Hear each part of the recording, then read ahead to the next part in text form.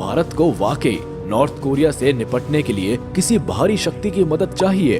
तो उत्तर है नहीं। और उसके पीछे की वजह जानने के लिए हमें दोनों देशों की ताकत ये है कि अमेरिका के साथ इंडिया का जो रिलेशनशिप है वो बहुत ही क्लोजली है। अमेरिका एक बहुत मोस्ट पावरफुल कंट्री है, जो कि उनकी मिलिट्री भी इतनी पावरफुल है कि कोई भी मुल्क अगर इंडिया के साथ आता है। अस्सलाम वालेकुम गाइस, दोस्तों आज की वीडियो हम देखेंगे कि अगर इंडिया के ऊपर नॉर्थ कोरिया या कोई भी कंट्री अटैक करता है तो क्या इंडिया उनका मुकाबला कर सकता है या फिर नहीं। वैसे तो इंडिया के कॉन्फ्लिक्ट काफ़ी कंट्रीज़ के साथ हैं, पाकिस्तान के साथ भी है और भी बहुत सारे जैसे चाइना हो गया, इनके साथ भी है। लेकिन अगर वो अटैक करते हैं तो क्या इनके साथ कौन कौन खड़ा हो सकता है? क्या आपके जहन में कभी ऐसा सवाल पैदा हुआ कि इंडिया की अगर किसी कंट्री के साथ जंग होती है तो इनके साथ कौन खड़ा होने वाला है और इनके साथ कौन नहीं खड़ा होने वाला?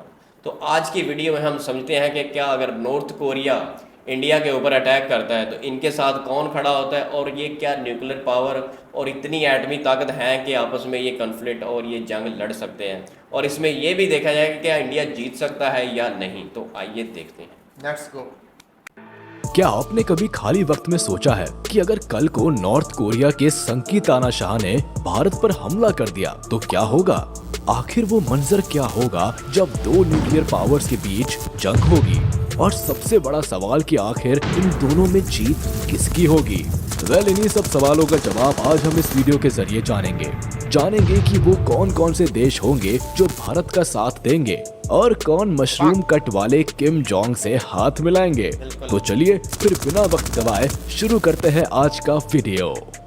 नॉर्थ कोरिया दुनिया के नक्शे पर मौजूद वो देश जिसका कोई भरोसा नहीं।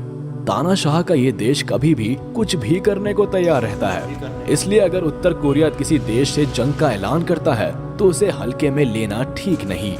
वहीं अगर ये जंग भारत से हो तो सबसे पहले दोनों देश अपने समर्थन के लिए साथी चुनेंगे। तो ऐसे में सबसे पहले ये जानते हैं कि आखिर वो कौन से देश होंगे जो इंडिया का साथ देंगे। तो इसमें सबसे पहला नाम आता है अमेरिका। अमेरिका इंडिया के सबसे अच्छे दोस्तों में से एक है, जिसकी वजह बायलैटरल ट्रेड के साथ कई दूसरी बातें हैं। वही ये बात भी दिमाग में रखनी चाहिए कि नॉर्थ कोरिया से अमेरिका की खटपट पहले से ही है और यही वजह है कि आए दिन नॉर्थ कोरिया अमेरिका को धमकाता रहता है। वही पॉसिबल है कि इस हाइपोथेटिकल जंग में दोस्ती निभाते हुए रशिया भी भारत का साथ दे। वैसे भारत के जितने अच्छे संबंध इजराइल और फ्रांस से है, उतना ही ज्यादा ये देश नॉर्थ कोरिया को खटते हैं। इसलिए ये देश भी भारत के साथ आने में ज्यादा देर नहीं लगाएंगे। वैसे यहाँ गौर करने वाली बात यह है कि अगर नॉर्थ कोरिया और भारत आमने सामने आते हैं तो नॉर्थ कोरिया के आसपास के देश भी भारत का ही साथ देंगे, जिसमें सबसे पहला नाम है जापान, जिसे नॉर्थ कोरिया की आड़ी टेढ़ी करतूतों से सबसे ज्यादा खतरा है। इसलिए एशिया में दबदबा कायम रखने के लिए जापान भारत का ही साथ देगा, क्योंकि जापान भी जानता है कि अगर नॉर्थ कोरिया को यहाँ पर नहीं रोका तो अगला निशाना वही होगा। क्योंकि हाल ही नॉर्थ कोरिया ने कुछ मिसाइलों के परीक्षण किए थे जो बिना किसी परमिशन के जापान के ऊपर से उड़ा दिए गए थे, जिससे जापान का नॉर्थ कोरिया से उखड़ना लाजमी है। वही जंग के दौरान भारत के पास नॉर्थ कोरिया के दुश्मन नंबर 1 साउथ कोरिया का भी समर्थन रहेगा। यहाँ गौर करने वाली बात यह है कि बंटवारे के वक्त से ही साउथ कोरिया के अमेरिका से अच्छे संबंध रहे हैं, जिसका नतीजा ये रहा है कि साउथ कोरिया में आज भी 28,000 अमेरिकी जवान तैनात है, जो जंग के वक्त नॉर्थ कोरिया के खिलाफ और भारत के मददगार साबित हो सकते हैं। वही अगर बात नॉर्थ कोरिया की टीम की करे तो यहाँ एक चीज गौर करने वाली है कि नॉर्थ कोरिया को हमेशा से ही चीन का साथ मिलता रहा है, और अगर चीन जंग में उतरा तो उसका कर्जदार पाकिस्तान भी बिना सोचे समझे यहाँ टूट पड़ेगा।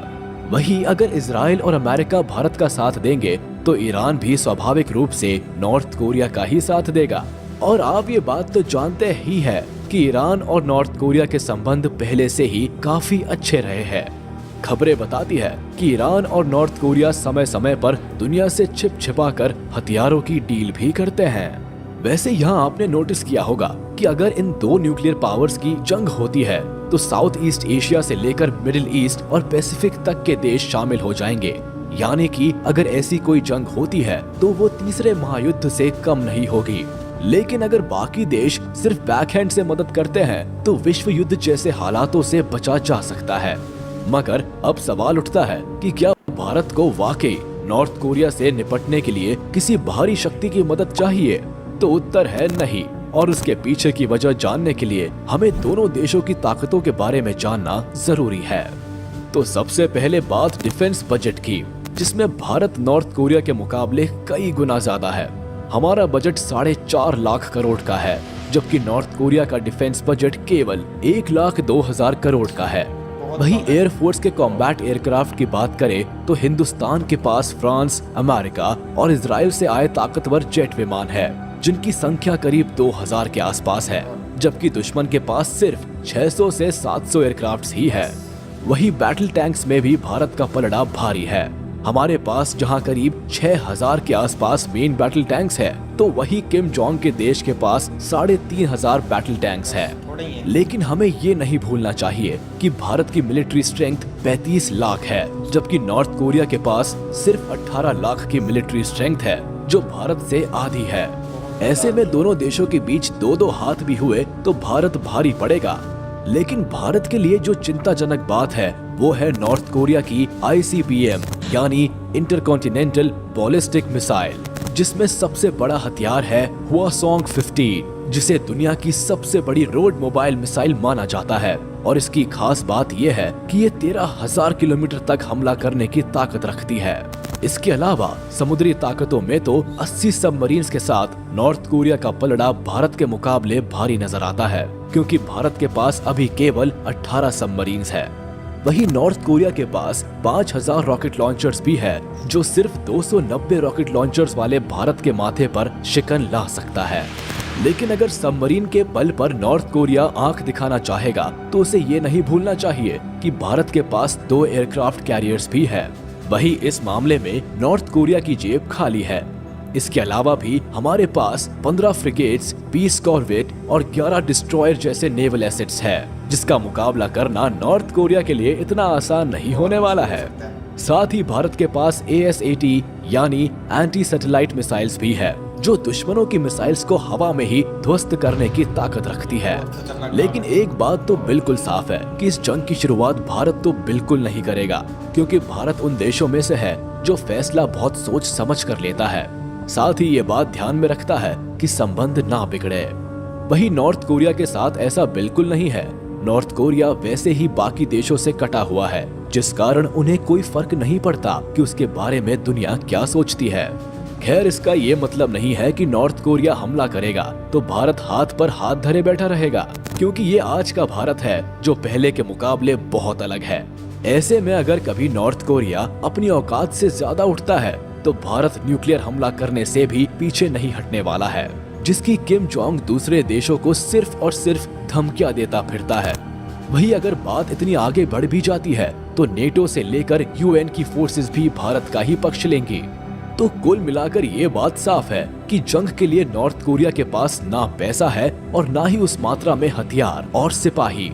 वही अगर कुछ देश मदद के लिए आगे भी आते हैं तो उन पर UN की तरफ से भी काफी दबाव रहेगा। वैसे इस जंग के ना होने का कारण ये भी है कि नॉर्थ कोरिया भारत जैसे देश के खिलाफ लड़ने के लिए सपोर्ट ही नहीं जुटा पाएगा, क्योंकि दुनिया वाकिफ है कि भारत की सेना अपने दुश्मनों के साथ क्या क्या कर सकता है। क्योंकि ये जग जाहिर है कि दुनिया के नक्शे में भारत वो देश रहा है जिससे हर कोई दोस्ती करना चाहता है। वही अमेरिका को आंख दिखा रहा नॉर्थ कोरिया भी धीरे धीरे भारत से रिश्ते मजबूत करने में लगा हुआ है। दोनों ने ही एक दूसरे के यहाँ अपनी अपनी एम्बेसी बना रखी है। सुनामी के दौरान भी नॉर्थ कोरिया ने भारत की मदद की थी।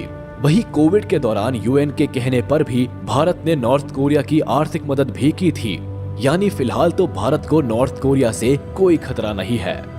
इसी के साथ आपको जी गाइस, आपने देखा कि एक चीज़ कॉमन है कि इंडिया के साथ वैसे तो इनकी जंग बनती नहीं है। उसकी वजह यह है कि इन्होंने एक दूसरे की हेल्प आउट भी की है, लेकिन एक दूसरे के दुश्मन भी हैं। वैसे अगर देखा जाए तो नॉर्थ कोरिया एक अलग ही रियासत है, वो उनके ताल्लुकात किसी भी कंट्री के साथ इतने खास नहीं हैं।